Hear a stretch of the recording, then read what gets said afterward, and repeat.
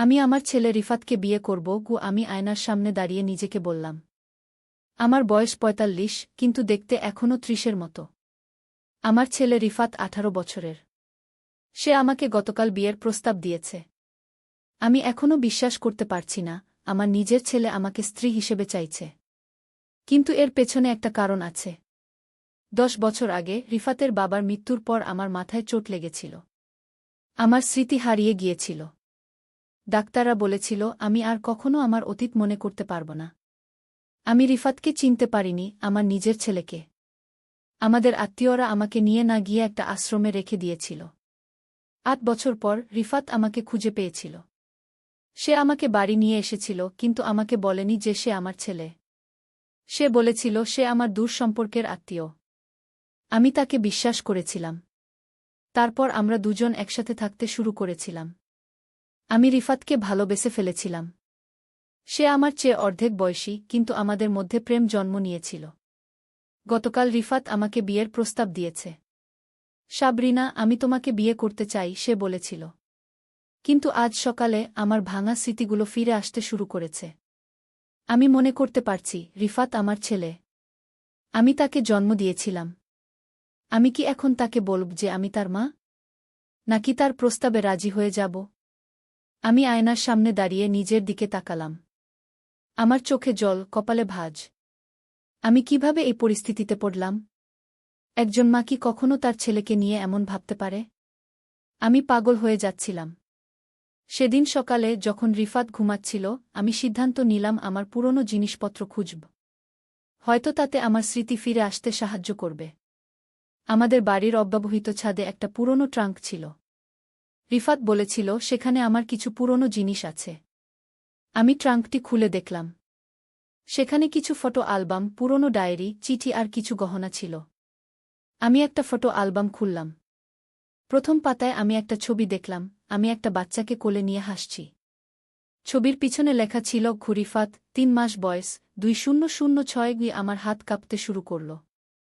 আর একটা ছবিতে দেখলাম একটা ছোট ছেলে, রিফাত, আর আমি একসাথে সমুদ্র সৈকতে দাঁড়িয়ে আছি। ছবির পিছনে লেখা ছিল রিফাত ৭ বছর, সেন্ট মার্টিন, ২০১৩। আমি ডায়েরিটা খুললাম। প্রথম পাতায় লেখা ছিল আমার স্বামী রাকিব আর আমার ছেলে রিফাত, আমার জীবনের ২ আলো। আমি আরও পাতা উল্টাতে লাগলাম। সেখানে লেখা ছিল আমাদের পারিবারিক স্মৃতি, রিফাতের জন্মদিন, স্কুলে ভর্তি, প্রথম শব্দ উচ্চারণ, প্রথম পা ফেলা, সবকিছু। আমার চোখ দিয়ে অঝরে জল পড়ছিল। আমি স্পষ্ট বুঝতে পারছিলাম রিফাত আমার ছেলে। কিন্তু কেন সে আমাকে এই সত্য লুকিয়ে রেখেছে? কেন সে আমাকে বিয়ে করতে চাইছে? হঠাৎ আমি আরও কিছু জিনিস ট্রাঙ্কে খুঁজে পেলাম। একটা লাল রঙের খাম, তাতে কিছু মেডিকেল রিপোর্ট। আমি সেগুলো পড়তে শুরু করলাম। রিপোর্ট অনুসারে রিফাতকে খুব অল্প বয়সে একটা দুর্লভ হৃদরোগ ধরা পড়েছিল। ডাক্তাররা বলেছিলেন তার হার্ট ট্রান্সপ্লান্টের প্রয়োজন হবে, নয়তো সে ১ বছরের বেশি বাঁচবে না। অন্য একটা রিপোর্টে দেখলাম তার রক্তের ধরন খুবই দুর্লভ এবং তার জন্য উপযুক্ত হার্ট ডোনার পাওয়া প্রায় অসম্ভব। একমাত্র যার হার্ট তার শরীর গ্রহণ করতে পারে সে হল তার খুব কাছের রক্তের সম্পর্কের কেউ, যেমন বাবা-মা বা সহোদর ভাইবোন। আমি আরও পড়তে থাকলাম। একটা চিঠিতে লেখা ছিল আমার স্বামী রাকিব, রিফাতের বাবা, তার হার্ট দিতে রাজি হয়েছিলেন। কিন্তু তার মৃত্যু দুর্ঘটনায় হয়েছিল, তাই তার হার্ট ব্যবহার করা সম্ভব হয়নি। তারপর আমি নিজে ডোনার হতে চেয়েছিলাম, কিন্তু আমার মাথায় চোট লাগায় আমি স্মৃতিভ্রংশ হয়ে গিয়েছিলাম। ডাক্তাররা বলেছিলেন আমার শারীরিক অবস্থা তখন হার্ট ডোনেট করার জন্য উপযুক্ত ছিল না। আমি চিঠিগুলো আরও পড়তে থাকলাম। আমাদের আত্মীয়রা আমাকে আশ্রমে রেখে দিয়ে রিফাতকে ভিন্ন এক আত্মীয়ের কাছে পাঠিয়ে দিয়েছিলেন। রিফাত বড় হতে হতে অসুস্থ হয়ে পড়ছিল। ডাক্তাররা বলেছিলেন তার আর বেশি দিন নেই। তখন সে একটা ৬ বছরের কিশোর আমাকে খুঁজে বের করে। আমি আরও একটা চিঠি খুঁজে পেলাম, যেটা রিফাত নিজে লিখেছিল কিন্তু কখনো পাঠায়নি। তাতে লেখা ছিল, মা, তুমি আমাকে চিনতে পারছ না। ডাক্তাররা বলেছেন তুমি হয়তো কখনোই পারবে না। আমি জানি আমার দিন ফুরিয়ে আসছে। ডাক্তাররা বলেছেন আমার হার্ট যে কোনো সময় থেমে যেতে পারে। আমি শুধু তোমার সাথে আমার শেষ দিনগুলো কাটাতে চাই। তোমাকে আমার আসল পরিচয় জানানোর সাহস পাচ্ছি না।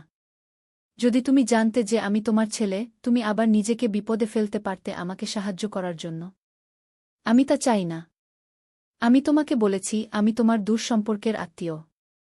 আমি তোমাকে দেখে অবাক হয়ে গিয়েছিলাম, তুমি এখনও কত সুন্দর আছো। আমি তোমাকে আমার সাথে নিয়ে এসেছি। এটাই আমার শেষ ইচ্ছা, তোমার সাথে আমার শেষ দিনগুলো কাটানো গো। আমি বুঝতে পারছিলাম রিফাত কেন আমার সাথে এত ভালো ব্যবহার করছিল, কেন সে আমাকে এত ভালোবাসা দিচ্ছিল। সে শুধু আমার সাথে তার শেষ সময়গুলো কাটাতে চেয়েছিল। কিন্তু এখন কেন সে আমাকে বিয়ে করতে চাইছে? আমি আরও খুঁজতে লাগলাম। আরেকটা ফাইলে রিফাতের আরও মেডিকেল রিপোর্ট পেলাম। তাতে দেখা গেল 1 বছর আগে রিফাতকে আবার হাসপাতালে নেওয়া হয়েছিল, তার অবস্থা আরও খারাপ হয়ে গিয়েছিল। সেই সময় একজন ডাক্তার একটা নতুন গবেষণার কথা বলেছিলেন। গবেষণা অনুসারে যদি একজন ব্যক্তি তার জীবিত অবস্থায় কোনো নিকট আত্মীয়কে কিডনি ডোনেট করেন, তাহলে সেই আত্মীয়ের হৃৎপিণ্ড সেই ব্যক্তির শরীর গ্রহণ করার সম্ভাবনা বেড়ে যায়। এই গবেষণা অনুসারে যদি আমি রিফাতকে আমার একটি কিডনি দিই, তারপর যদি আমি মারা যাই স্বাভাবিক কারণে, তাহলে আমার হৃৎপিণ্ড রিফাতের শরীর অস্বীকার করবে না। এই চিকিৎসা বিজ্ঞানের গবেষণা অনুসারে এর জন্য আমাদের বিবাহিত হতে হবে যাতে আমার দেহ দান করা আইন সহজ হয়। এটা ছিল রিফাতের শেষ আশা। আমি শেষ চিঠিটি পড়লাম যেটা রিফাত গতকাল লিখেছিল। প্রিয় সাবরিনা, আমি তোমাকে বিয়ের প্রস্তাব দিয়েছি কারণ এটাই আমার বেঁচে থাকার একমাত্র উপায়। তুমি আমার জীবনের একমাত্র আশা। আমি জানি তুমি আমার মা। আমি তোমাকে কখনো বলিনি কারণ আমি চাইনি তুমি আমার জন্য নিজেকে বিপদে ফেলো। কিন্তু এখন আমার কাছে আর সময় নেই। আমি জানি যদি তুমি জানতে যে আমি তোমার ছেলে, তুমি নিজের জীবন দিয়ে হলেও আমাকে বাঁচাতে চাইতে। আমি তা চাইনি। কিন্তু এখন আমি আর কোনো উপায় দেখছি না। ডাক্তাররা বলেছেন আমার আর মাত্র কয়েক মাস সময় আছে। আমি বুঝতে পারছি এই প্রস্তাব তোমার জন্য কতটা অদ্ভুত ও অস্বাভাবিক। কিন্তু এটাই আমার একমাত্র আশা। যদি তুমি আমাকে তোমার কিডনি দাও এবং আমরা বিবাহিত হই, তাহলে ভবিষ্যতে যদি তুমি না থাকো, আমি তোমার হৃৎপিণ্ড পেতে পারি। এটাই আমার বাঁচার একমাত্র উপায়। আমি জানি এই সত্য জানার পর তুমি আমাকে ঘৃণা করবে। কিন্তু আমি আর কিছু লুকাতে চাই না। আমি তোমাকে সব সত্য জানাতে চাই। তোমার ছেলে রিফাত। আমি চিঠিটা বারবার পড়লাম। আমার চোখ দিয়ে অঝরে জল পড়ছিল। আমি বুঝতে পারছিলাম রিফাত কিভাবে গত 2 বছর ধরে আমাকে দেখে আসছে, আমাকে চিনতে পারা সত্ত্বেও আমাকে কিছু বলেনি। আমি কল্পনা করতে পারছিলাম তার ভিতরে কতটা যন্ত্রণা লুকিয়েছিল। আমি আবার পুরনো ছবিগুলো দেখলাম। রিফাত যখন ছোট ছিল সে কত সুন্দর হাসত। তার চোখে কত স্বপ্ন ছিল। আমার ভিতরে মায়ের ভালোবাসা জেগে উঠল। আমি আমার ছেলেকে বাঁচাব যে কোনো মূল্যে। আমি সিদ্ধান্ত নিলাম। আমি রিফাতকে বলব যে আমি তার মা এবং আমি তাকে বাঁচাতে যে কোনো কিছু করতে প্রস্তুত। আমি তাকে আমার কিডনি দেব। আমি তাকে বিয়েও করব যদি তা তাকে বাঁচাতে সাহায্য করে। আমি নিচে নেমে এলাম। রিফাত টেবিলে বসে চা খাচ্ছিল। তার মুখে ম্লান হাসি। আমি তার পাশে বসলাম। রিফাত, আমি সব জেনেছি, আমি বললাম। সে আমার দিকে তাকালো। তার চোখে ভয় ও উদ্বেগ। তুমি আমার ছেলে, আমি বললাম। আমি তোমাকে জন্ম দিয়েছি গু। সে মাথা নিচু করল। মা, আমি শোনো, আমি তার হাত ধরলাম। আমি তোমাকে বাঁচাব। আমি তোমাকে আমার কিডনি দেব। আমি তোমাকে বিয়েও করব যদি তা আইনত প্রয়োজন হয়। আমি তোমার মা, রিফাত। আমি তোমার জন্য সবকিছু করব। রিফাত কাঁদতে শুরু করল। সে আমাকে জড়িয়ে ধরল। মা, আমি তোমাকে এতদিন ধরে খুঁজছিলাম। আমি তোমাকে হারাতে চাই না গি। তুমি আমাকে কখনো হারাবে না, আমি বললাম। আমি তোমার পাশে আছি সবসময়। সেদিন আমরা সিদ্ধান্ত নিলাম। আমরা সব সত্য নিয়েই সামনে এগিয়ে যাব। আমরা একসাথে ডাক্তারের কাছে গেলাম। আমি ডাক্তারকে বললাম যে আমি আমার ছেলেকে আমার কিডনি দিতে চাই। ডাক্তার প্রথমে অবাক হলেন। তারপর তিনি আমাদের পরিস্থিতি বুঝলেন। তিনি বললেন আমাদের আসলে বিয়ে করার প্রয়োজন নেই।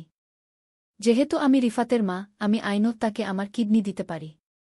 এবং ভবিষ্যতে যদি আমি স্বাভাবিক মৃত্যুবরণ করি, আমার হৃৎপিণ্ড রিফাতকে দেওয়া যেতে পারে, যেহেতু আমি তার নিকটতম আত্মীয়। এভাবে আমরা আমাদের জীবন নতুন করে শুরু করলাম। আমি আমার ছেলেকে ফিরে পেলাম, আর সে তার মাকে। আমি আমার কিডনি তাকে দিলাম এবং সে সুস্থ হয়ে উঠল। ডাক্তাররা বললেন, এই নতুন গবেষণা অনুসারে রিফাতের আরও অনেক বছর বাঁচার সম্ভাবনা আছে। আমি এখন আবার আমার ছেলের মা হিসেবে বাস করছি। রিফাত স্কুল শেষ করে কলেজে ভর্তি হয়েছে। সে ডাক্তার হতে চায় যাতে সে অন্যদের জীবন বাঁচাতে পারে। আমি আমার জীবনে যে অদ্ভুত মোড় দেখেছি তা আমি কখনো ভুলব না। কিন্তু আমি খুশি যে আমি আবার আমার সত্য পরিচয় ফিরে পেয়েছি, রিফাতের মা হিসেবে। আমার জীবনের এই অদ্ভুত কাহিনী আমাকে শিখিয়েছে মাতৃত্বের ভালোবাসা সবচেয়ে শক্তিশালী। একজন মা তার সন্তানকে বাঁচাতে যে কোনো কিছু করতে পারে, এমনকি অপ্রত্যাশিত ও অস্বাভাবিক পথেও হাঁটতে পারে। আজ যখন আমি আয়নার সামনে দাঁড়াই, আমি দেখি একজন গর্বিত মা, যে তার সন্তানকে দ্বিতীয়বার জন্ম দিয়েছে।